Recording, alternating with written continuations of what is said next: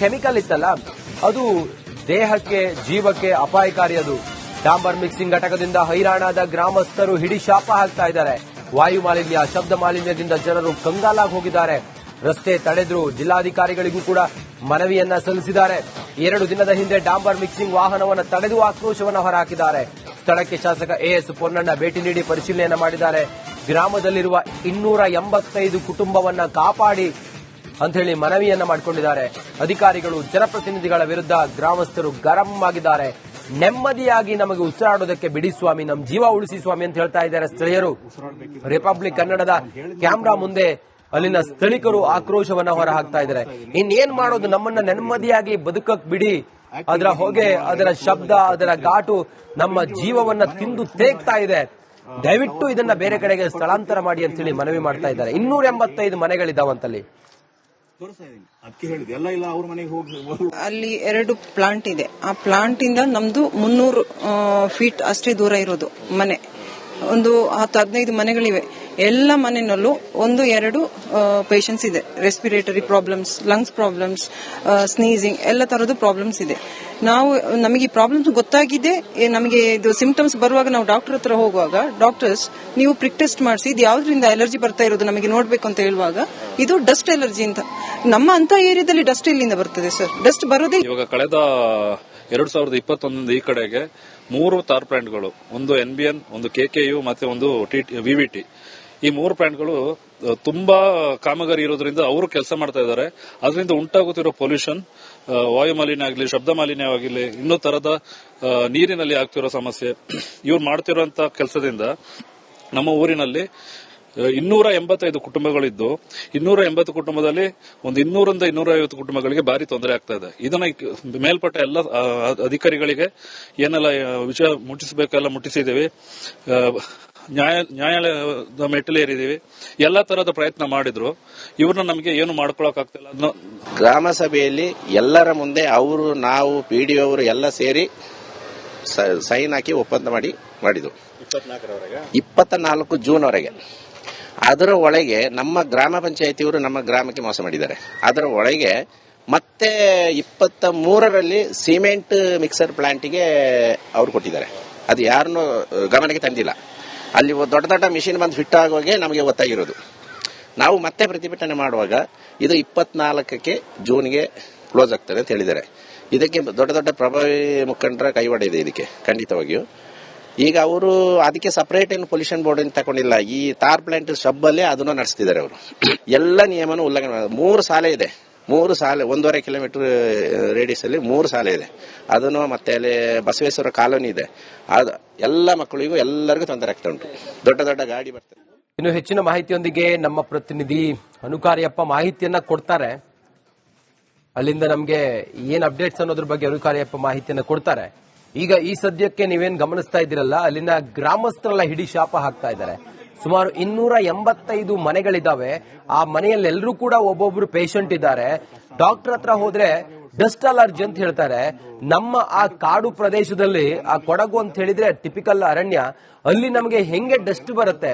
ಈ ಕಾರ್ಖಾನೆಯಿಂದಲೇ ನಮ್ಮ ಆರೋಗ್ಯ ಹಾಳಾಗ್ತಾ ಇದೆ. ನಮ್ಮ ಜೀವವನ್ನ ಹಿಂಡಿ ಹಿಪ್ಪೆ ಮಾಡ್ತಾ ಇದೆ ಈ ಕಾರ್ಖಾನೆ. ಇದನ್ನ ಬೇರೆ ಕಡೆಗೆ ಸ್ಥಳಾಂತರ ಮಾಡಿ ಅಂತೇಳಿ ನಾವು ಒಬ್ರಿಬ್ರಿಗೆಲ್ಲ ಮನವಿ ಕೊಟ್ಟಿದ್ದು. ಯಾರಿಗ್ ಹೇಳಿದ್ರು ಏನ್ ಮಾಡಿದ್ರು ಕೂಡ ಇದನ್ನ ಸ್ಥಳಾಂತರ ಮಾಡುವ ಗೋಜಿಗೆ ಹೋಗಿಲ್ಲ. ನಾವ್ ಏನ್ ಮಾಡ್ಬೇಕು ಅಂತ ಹೇಳಿ ಅವರೆಲ್ಲರೂ ಕೂಡ ಹಿಡಿ ಶಾಪವನ್ನ ಹಾಕ್ತಾ ಇದ್ದಾರೆ. ಪೊನ್ನಣ್ಣ ಅವರು ಬಂದಿದ್ದಾರಂತೆ, ಮಾನ್ಯ ಶಾಸಕರು ಬಂದಿದ್ದಾರಂತೆ, ಬಂದಲ್ಲಿ ಪರಿಶೀಲನೆಯನ್ನ ಮಾಡಿದಾರಂತೆ. ಈ ಡಾಂಬರ್ ಮಿಕ್ಸಿಂಗ್ ಘಟಕದಿಂದಲೇ ನಮ್ಮೆಲ್ಲರ ಬದುಕು ಹೈರಾಣಾಗಿ ಹೋಗಿದೆ ಅನ್ನೋದನ್ನ ಹೇಳ್ತಾ ಇದ್ದಾರೆ. ಇದನ್ನ ಬೇರೆ ಕಡೆಗೆ ಶಿಫ್ಟ್ ಮಾಡಿ ಅಂತಿದ್ದಾರೆ. ಒಂದು ಉಸಿರಾಟದ ಸಮಸ್ಯೆ ಆಗ್ತಾ ಇದೆ, ವೀಸಿಂಗ್ ಪ್ರಾಬ್ಲಮ್ ಆಗ್ಲೇ ಹೇಳ್ದಂಗೆ, ಅದ್ರ ಜೊತೆಗೆ ಬೇರೆ ಬೇರೆ ರೋಗ ರುಜಿನಗಳಿಗೂ ಕೂಡ ಇದು ಕಾರಣ ಆಗ್ತಾ ಇದೆ ಅನ್ನೋದು ಕೂಡ. ಕುಂದ ಮತ್ತೆ ಈಚೂರಿನ ಈ ಊರಲ್ಲಿ ಈ ಡಾಂಬರ್ ಘಟಕ ಅವರಿಗೆ ಬಹಳ ಆರೋಗ್ಯದ ಮೇಲೆ ಪರಿಣಾಮ ಬೀರ್ತಾ ಇದೆ. ನೋಡಿ, ನೀವು ಸಿಂಪಲ್ ಆಗಿ ನೋಡಿ, ಆ ಹೊಗೆಯ ಮುಖ ಇದೆಯಲ್ಲ, ಅಥವಾ ಹೊಗೆ ಮೇಲ್ಗಡೆ ಬರ್ತಾ ಇದೆಯಲ್ಲ, ಅದು ಎಷ್ಟು ಎತ್ತರಕ್ಕೆ ಅದನ್ನ ಬಿಡಬೇಕು, ಅಷ್ಟು ಹೊಗೆ ಬರ್ತಿದೆ ಅಂತ ಹೇಳಿದ್ರೆ ಅದನ್ನ ಎಷ್ಟು ಎತ್ತರಕ್ಕೆ ಬಿಡಬೇಕು. ಅದನ್ನ ಹೊರತಾಗಿ ನೀವು ಇಷ್ಟು ಕೆಳಗಡೆ ಹೊಗೆಯನ್ನು ಬಿಟ್ರೆ ಅದೆಲ್ಲಿ ಹೋಗುತ್ತೆ ಹೊಗೆ? ಇದೆಲ್ಲವೂ ಕೂಡ ಈಗ ಒಂದಿಷ್ಟು ಆಕ್ರೋಶಕ್ಕೆ ಕಾರಣ ಆಗಿದೆ. ನಮ್ಮ ಕೊಡಗಿನ ಪ್ರತಿನಿಧಿ ಅನುಕಾರ್ಯಪ್ಪ ನಮ್ಮ ಜೊತೆಲಿ ಈಗ ದೂರವಾಣಿ ಸಂಪರ್ಕದಲ್ಲಿದ್ದಾರೆ. ಅನುಕಾರ್ಯಪ್ಪ, ಸುಮಾರು ಎಷ್ಟು ಸಮಯದಿಂದ ಈ ಭಾಗದ ಜನರಿಗೆ ಈ ಘಟಕ ಓಪನ್ ಆದ್ರಿಂದ ಸಮಸ್ಯೆ ಆಗ್ತಾ ಇದೆ. ಜೊತೆಗೆ ಏನ್ ಹೇಳ್ತಾರೆ ಜನ, ಯಾವ ರೀತಿ ಆರೋಗ್ಯದ ಸಮಸ್ಯೆ, ಯಾಕೆ ಯಾರು ಕೂಡ ಇದನ್ನ ಶಿಫ್ಟ್ ಮಾಡೋದಕ್ಕೆ ಮನಸ್ಸು ಮಾಡ್ತಾ ಇಲ್ಲ? ಅನುಕಾರ್ಯಪ್ಪ. ರಂಜಿತ್, ಇದು ಕಳೆದ 2021ರಿಂದಲೇ ಆರಂಭ ಆಗಿದೆ ಅಂತ ಇವ್ರು ಮಾಹಿತಿ ಕೊಡ್ತಾ ಇದ್ದಾರೆ. ಅಂದ್ರೆ 4 ವರ್ಷಗಳಿಂದ ತೀವ್ರ ಸಮಸ್ಯೆ ಆಗ್ತಿದೆ ಅಂತ ಹೇಳುವಂತದ್ದು. ಅದು ಒಂದು ಅಲ್ಲ, 3 ಡಾಂಬರ್ ಮಿಕ್ಸಿಂಗ್ ಘಟಕ ಇರುವಂತದ್ದು, 1 ಸಿಮೆಂಟ್ ಮಿಕ್ಸಿಂಗ್ ಘಟಕ, ಒಟ್ಟು 4 ಇದೆ. ಅಂದ್ರೆ ಈ ಕುಂದ ಈಚೂರು ಗ್ರಾಮದಲ್ಲಿ 285 ಕುಟುಂಬ ಇರುವಂತಹ ಒಂದು ಗ್ರಾಮದಲ್ಲಿ ಇಷ್ಟು 4 ಘಟಕ ಇದ್ರೆ ಹೇಗೆ ಜೀವನ ಸಾಗಿಸ್ಬೇಕಂತ ಹೇಳುವಂತದ್ದು. ಅವ್ರದ್ದು ಸಂಪೂರ್ಣವಾಗಿ ಡಸ್ಟ್ 10-12 ಇರಬೇಕಾಗಿದ್ದು ನಾವು ಇದು ಏರ್ ಪೊಲ್ಯೂಷನ್ ಅಂತ ಹೇಳ್ತೀವಿ, ಅದು 200 ಗಡಿ ದಾಟ್ತಾ ಇದೆ. ಅದು ಅಷ್ಟೊಂದಿದೆ. ಅಕ್ಕಪಕ್ಕದಲ್ಲಿ ವಾಸ ಮಾಡ್ಲಿಕ್ಕೆ ಆಗ್ತಿಲ್ಲ, ಬರೀ ಧೂಳು. ಮತ್ತೆ ಮಕ್ಕಳಿಗೆ ಓದ್ಲಿಕ್ಕೆ ಆಗ್ತಿಲ್ಲ, ಹೊರಗಡೆ ಆಟ ಆಡ್ಲಿಕ್ಕೆ ಆಗ್ತಿಲ್ಲ, ಮನೆ ಒಳಗೆ ಕೂತ್ಕೊಂಡಿರ್ತೀವಿ ಅಂತ ಹೇಳಿ ಮಕ್ಕಳು ಮಾತಾಡ್ತಿದ್ದಾರೆ. ಜೊತೆಗೆ ಈ ಮೊನ್ನೆ ಇವರು ಪ್ರತಿಭಟನೆ ಮಾಡಿದ್ರು, ಡಾಂಬರ್ ಮಿಕ್ಸಿಗ ಏನು ವಾಹನ ಇದೆ ಅಂತ ಹೇಳಿದ್ರು ಪ್ರತಿಭಟನೆ ಮಾಡಿದ್ರು. ಮತ್ತೆ ಜಿಲ್ಲಾಧಿಕಾರಿಗೆ ಮನವಿ ಕೊಟ್ಟರು. ಮತ್ತೆ ಶಾಸಕ ಪೊನ್ನಣ್ಣ ಅವರು ಕೂಡ ಸ್ಥಳಕ್ಕೆ ಬಂದಿದ್ರಂತೆ. ಆದ್ರೆ ಬಂದು ನೋಡಿ ಪರಿಶೀಲನೆ ಮಾಡ್ತೀವಿ, ಒಂದು ಸ್ವಲ್ಪ ಟೈಮ್ ಕೊಡಿ ಅಂತ ಹೇಳಿದ್ದಾರೆ. ಆದ್ರೆ ಇನ್ನೂ ಯಾವುದೇ ಸಮಸ್ಯೆ ಬಗೆಹರಿಯುವ ಲಕ್ಷಣ ಕಾಣ್ತಾ ಇಲ್ಲ ಅಂತ ಹೇಳುವಂತೂ ಗ್ರಾಮಸ್ಥರ ಒಂದು ಆರೋಪ. ಅದರಿಂದ ಇದು ಯಾವಾಗ ಬಂದ್ ಮಾಡ್ತಾರೆ, ಬಂದ್ ಆಗುವವರೆಗೂ ನಮ್ಮ ಹೋರಾಟ ಮುಂದುವರಿಯುತ್ತೆ ಅಂತ ಹೇಳ್ತಿದ್ದಾರೆ. ಅಂದ್ರೆ ಇಲ್ಲಿ ಒಟ್ಟು 4 ಘಟಕ, ಅಂದ್ರೆ ಗ್ರಾಮಸ್ಥರದಲ್ಲ, ಅಕ್ಕಪಕ್ಕದ ಗ್ರಾಮಸ್ಥರೆಲ್ಲ ಸೇರಿ ಮಾಡ್ಕೊಂಡು ಇರುವಂತದ್ದು. ಅಂದ್ರೆ ಕೋಟ್ಯಾಂತರ ರು ಖರ್ಚು ಮಾಡಿ ಅವ್ರು ಮಾಡಿದ್ದಾರೆ, ಅದರಂತೆ ಅವ್ರ ಕೆಲಸ ವರ್ಕ್ ಆಗ್ತಿದೆ. ಅದನ್ನ ಯಾವುದೇ ಕಾರಣಕ್ಕೂ ಸ್ಟಾಪ್ ಮಾಡಿಲ್ಲ ಈಗ ಇಷ್ಟೆಲ್ಲ ಆದ್ರೂ ಕೂಡ. ಮತ್ತೆ ಪೊಲ್ಯೂಷನ್ ಬೋರ್ಡ್ ಏನಿದ್ದಾರೆ ಅವರು ಬಂದು ಹೋಗ್ತಾರೆ, ಏನು ಮಾಡ್ತಾ ಇಲ್ಲ ಅಂತ ಹೇಳುವಂತದ್ದು. ಮತ್ತೆ ಇವರು ಗ್ರಾಮಸ್ಥರು ಕೆಲವರು ಹೈಕೋರ್ಟ್ಗೆ ಹೋಗಿದ್ದಾರೆ ಇದ್ರ ಬಗ್ಗೆ. ಹೈಕೋರ್ಟ್ ಅಲ್ಲಿ ಕೂಡ ಹೈಕೋರ್ಟಿಗೆ ಅವ್ರು ಹೋಗಿ ಸ್ಟೇ ತಂದಿದ್ದಾರೆ. ಅದರಿಂದ ಕೆಲಸ ಆಗ್ತಾ ಇದೆ.